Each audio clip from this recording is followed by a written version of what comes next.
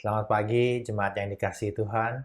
Selamat datang kembali di channel Devotion from Home. Saya berharap Anda semakin berakar di dalam Kristus, terus dibangun di atas Dia, semakin diteguhkan dalam iman setiap hari dalam kehidupan Anda. Ini adalah video Divine Reading Series, seri video yang saya dedikasikan untuk mengajak kita melakukan devotion bersama-sama. Waktu untuk kita merenungkan firman Tuhan dan merespon apa yang Roh Kudus katakan kepada kita.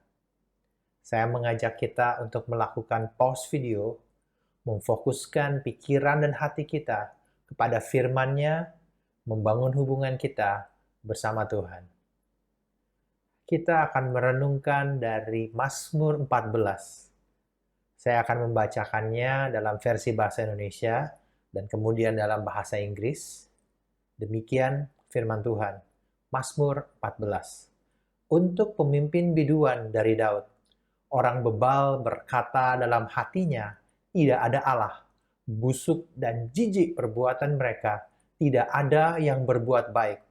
Tuhan memandang ke bawah dari surga kepada anak-anak manusia untuk melihat apakah ada yang berakal budi dan yang mencari Allah. Mereka semua telah menyeleweng, semuanya telah bejat, tidak ada yang berbuat baik, seorang pun tidak. Tidak sadarkah semua orang yang melakukan kejahatan, yang memakan habis umatku seperti memakan roti, dan yang tidak berseru kepada Tuhan? Di sanalah mereka ditimpa kekejutan yang besar, sebab Allah menyertai angkatan yang benar. Kamu dapat mengolok-olok maksud orang yang tertindas, tetapi Tuhan adalah tempat perlindungannya. Ya, datanglah kiranya dari Sion keselamatan bagi Israel. Apabila Tuhan memulihkan keadaan umatnya, maka Yakub akan bersorak-sorak, Israel akan bersuka cita. Psalm 14. The fool says in his heart, there is no God. They are corrupt, they do abominable deeds. There is none who does good. The Lord looks down from heaven on the children of men to see if there are any who understand, who seek after God. They have all turned aside. Together they have become corrupt. There is none who does good, not even one. Have they no knowledge? All the evildoers who eat up my people as they eat bread and do not call upon the Lord. There they are in great terror, for God is with the generation of the righteous. You would shame the plans of the poor, but the Lord is his refuge. Oh, that salvation for Israel would come out of Zion. When the Lord restores the fortunes of his people, let Jacob rejoice, let Israel be glad. Amen. Demikian firman Tuhan. Saya memberikan kesempatan kepada Anda untuk pause video di sini. Amen. Saya percaya Anda mengalami perjumpaan yang luar biasa bersama Tuhan. Berikut ini apa yang Tuhan katakan kepada saya melalui firman-Nya di Mazmur 14. Orang bebal, the fool atau orang bodoh, berkata dalam hatinya, tidak ada Allah. Berkata dalam hati berarti konsep pemikiran. Di masa itu, pemikiran ateisme tidaklah seluas saat ini. Jadi, di sini berbicara tentang tidak ada Allah. Orang tersebut, orang bodoh tadi, tidak sedang berbicara tentang filosofi ateisme. Tapi dia sedang mengucapkan atau mengatakan suatu keyakinan bahwa Tuhan tidak terlibat dalam kehidupan manusia. Bahwa apa yang orang tersebut pikirkan, rancangkan, dan lakukan seolah-olah Allah tidak ada, dan tidak bertindak apa-apa. Orang bodoh di sini juga tidak berbicara tentang keadaan intelektual atau kurangnya akal sehat dan sebagainya. Karena dikatakan bahwa orang bodoh ini tidak hanya melakukan tetapi juga membuat perencanaan, merancangkan tindakan kejahatan, kekejian, dan kelicikan untuk mencelakakan dan menindas orang lain, terutama orang yang miskin dan tidak berdaya. Jadi ini bukan berbicara bodoh secara intelektual, tetapi bodoh karena dia berkata, Tuhan tidak ada. Tuhan mengingatkan saya bahwa berkata dalam hati atau pemikiran bahwa Tuhan tidak ada secara praktis berarti orang yang merancangkan pemikiran kekejian tanpa rasa takut akan Tuhan. Ia berpikir seolah-olah penghakiman Tuhan tidak akan terjadi atas dirinya. Ia berpikir seolah-olah Tuhan tidak akan bertindak, atau mungkin berpikir Tuhan tidak akan sanggup menghalangi maksud-maksud jahatnya. Saya sempat berpikir, saya tidak seperti orang bodoh di Mazmur 14 ini. Tapi kemudian Roh Kudus mengingatkan, secara praktis, pemikiran bahwa Tuhan tidak ada juga dapat berarti orang yang merancangkan, memikirkan hidupnya tanpa melibatkan Tuhan di dalam segala sesuatu. Ia berpikir bahwa Tuhan tidak terlibat dalam kehidupannya, sehingga yang ia pikirkan hanya dirinya saja, bukan tentang kehendak Tuhan, bukan tentang rancangan Tuhan. Ia berpikir seolah-olah Tuhan tidak sanggup bertindak, berpikir Tuhan tidak akan hadir dalam situasi yang tengah ia hadapi. Secara praktis, kita seringkali berpikir seperti orang bodoh ini.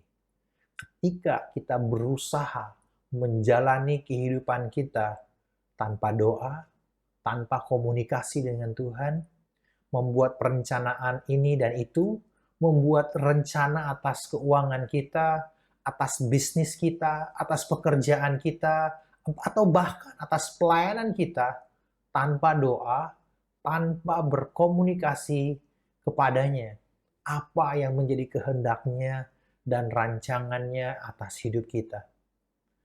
Orang bodoh berkata dalam hatinya.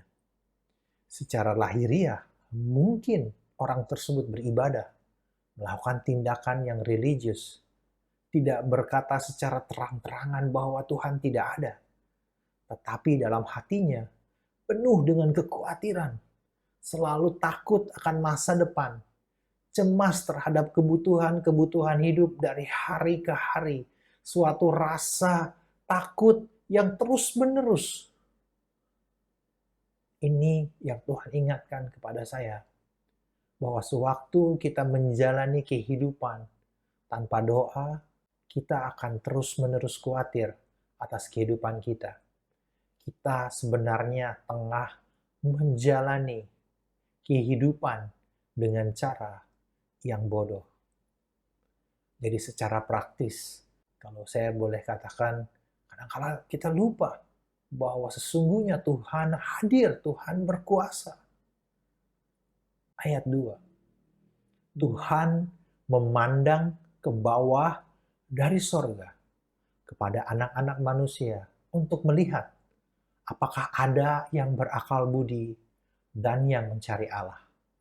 The Lord looks down from heaven on the children of men to see if there are any who understand, who seek after God.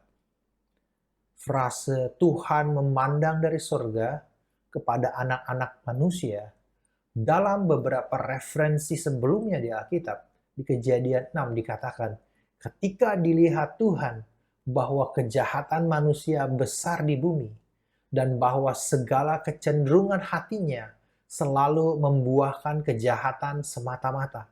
Sewaktu Tuhan melihat dosa manusia yang begitu luar biasa di kitab Kejadian 6, Tuhan mau mendatangkan penghakiman. Lalu di Kejadian 11 ayat 5, ketika Tuhan melihat menara Babel, dikatakan lalu turunlah Tuhan untuk melihat kota dan menara yang didirikan oleh anak-anak manusia itu. Kedua hal ini berbicara tentang penghakiman. Sesungguhnya kehidupan dalam kebodohan adalah kehidupan tanpa iman, suatu kehidupan yang tidak menyenangkan hati Tuhan sama sekali.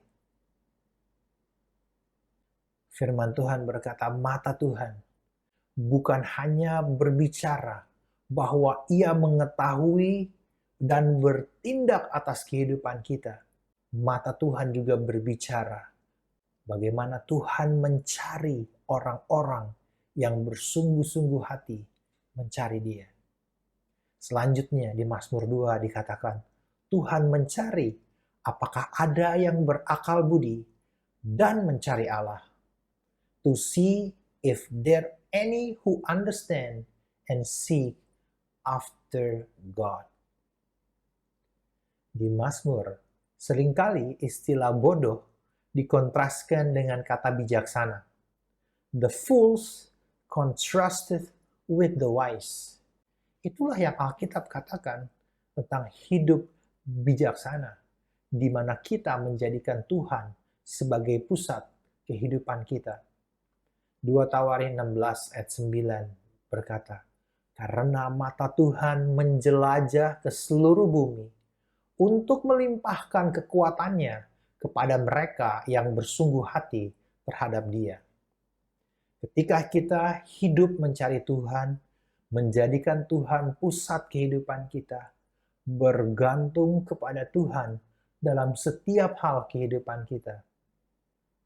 Alkitab mengatakan bahwa sewaktu kita mencari Tuhan, Dia Tuhan yang jauh lebih bersungguh-sungguh mencari kita. Apakah kita menjadikan Tuhan pusat kehidupan kita? Saya mengajak untuk kita menjalani kehidupan kita dengan bijaksana. Marilah kita menjalani kehidupan kita dengan iman kepada Dia yang memperhatikan kita. Sebab demikianlah firman Tuhan. Sebab mata Tuhan tertuju kepada orang-orang benar dan telinganya kepada permohonan mereka yang minta tolong. For the eyes of the Lord are on the righteous and His ears are attentive to their prayers. Mari kita berdoa. Tuhan, kami mengucap syukur buat pagi hari ini, buat firman-Mu. Ajar kami untuk hidup merencanakan, membangun kehidupan kami berpusat kepada Engkau. Ajar kami berjalan bersama dengan Engkau setiap hari. Ajar kami berdoa, berkomunikasi, mendengar firman-Mu di dalam kehidupan kami. Kami tahu ada waktu-waktu sering kami menjadi khawatir, kami menjadi takut akan masa depan, tapi kami tahu Engkau melihat, Engkau memperhatikan, dan Engkau bertindak bagi umat-Mu. Terima kasih Tuhan. Di dalam nama Tuhan Yesus kami berdoa. Amin.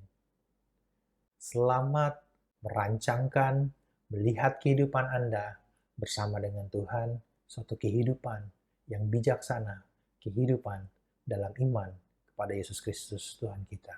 Tuhan Yesus memberkati.